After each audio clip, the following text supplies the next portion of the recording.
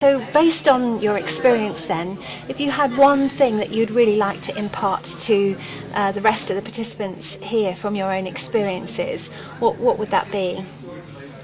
One thing I'd like to try and push perhaps a discussion on is how do we ensure that there is a level playing field for different kinds of knowledge, farmers and NGOs and even formal scientists, where they can talk on equal kinds of terms. And so this kind of knowledge dialogue is what I would like more efforts going towards, because an integration without looking at the different levels of hierarchies of power would just strengthen already existing asymmetries in the system, and that requires a lot of facilitation. We've had some experience, a very small experiment in trying to look at issues of trying to promote these knowledge dialogues and suggesting that scientists have as much to learn from farmers as farmers have. It was easy in the case of system of rice intensification, but I think this principle can be used in other areas as well.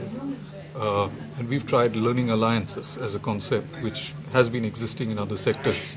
So we use this idea to try and bring farmers, NGOs and scientists together and try and have some kind of a dialogue around issues of common concern.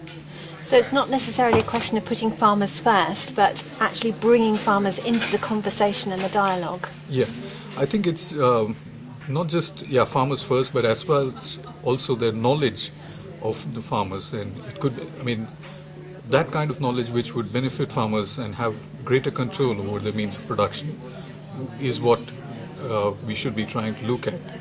And this becomes more important in the case of India, where we've witnessed a large-scale crisis in agriculture with over 150,000 people committing suicides by farmers in the last decade.